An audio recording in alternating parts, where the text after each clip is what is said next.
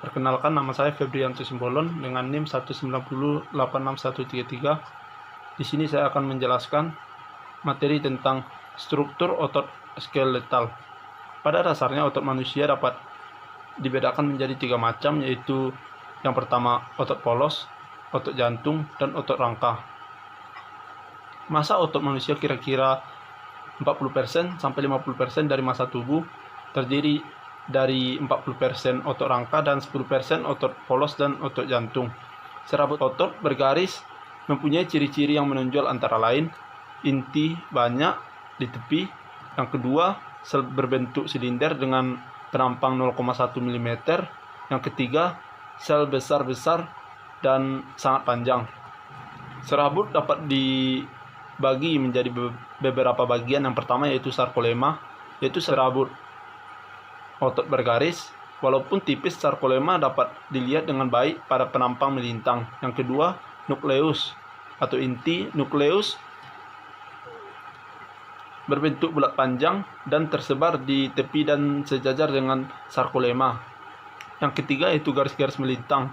Pada penampang memanjang dari serabut otot bergaris dapat dilihat pita-pita yang gelap dan terang yang saling melintang.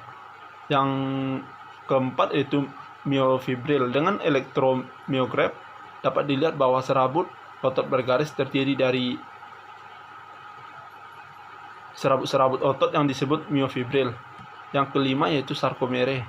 Sarkomere adalah bagian myofibril yang terletak di antara garis Z sampai garis Z berikutnya. Panjangnya 2-3 mm. Yang keenam yaitu sarkoplasma.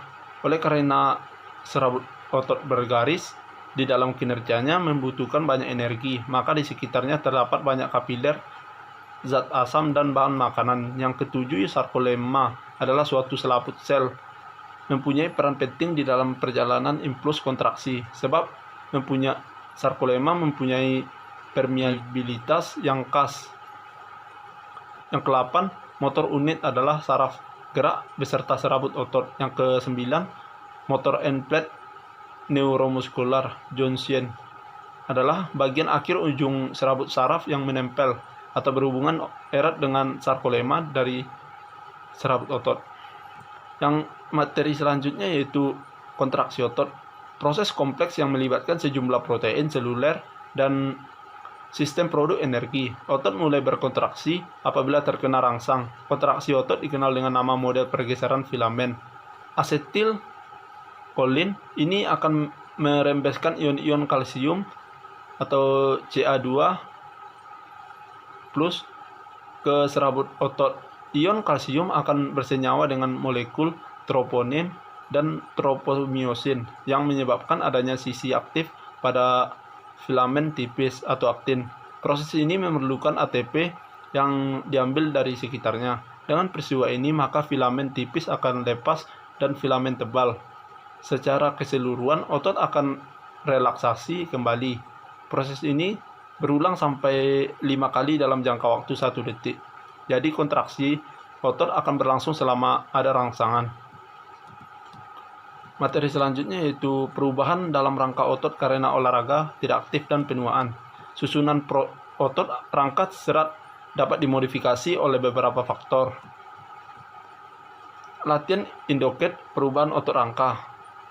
Otot terhadap peningkatan aktivitas fisik khusus untuk jenis latihan olahraga. Misalnya, hal ini juga diketahui bahwa primer adaptasi latihan kekuatan atau angkat berat adalah untuk meningkatkan baik ukuran otot dan kekuatan produksi. Meningkatkan ukuran otot terutama disebabkan pembesaran serat otot atau hipertrofi.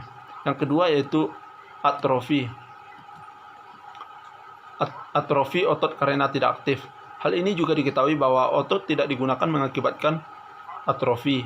Penelitian telah menunjukkan bahwa selama 2 hari pertama otot tidak digunakan. Yang paling awal atrofi terjadi karena penurunan sintesis protein otot. Setelah ini awal periode atrofi berikutnya terjadi terutama karena peningkatan protein otot breakdown. Oleh karena itu, atrofi otot dihasilkan dari otot yang berkepanjangan tidak digunakan terjadi karena kedua penurunan sintesis protein, dan peningkatan tingkat pemecahan protein otot. Materi yang selanjutnya yaitu perubahan yang berkaitan dengan usia otot rangka. Penuaan mengakibatkan kehilangan serat cepat dan peningkatan serat lambat.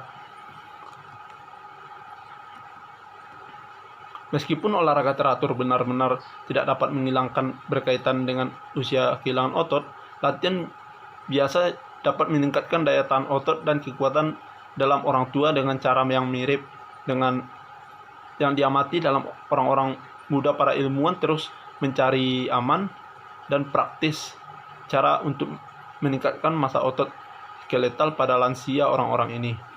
Baik, sekian materi yang dapat saya jelaskan. Saya ucapkan terima kasih. Assalamualaikum warahmatullahi wabarakatuh. Nama saya Mutiara Denyanti dengan NIM 19986489. Baiklah, saya akan melanjutkan materinya, yaitu kecepatan dari aksi otot dan relaksasi. Nah, kecepatan periode waktu untuk kontraksi dan relaksasi otot ini dapat dipelajari yaitu dengan memperhatikan kedudukan yang terdapat menjadi 3 tahap.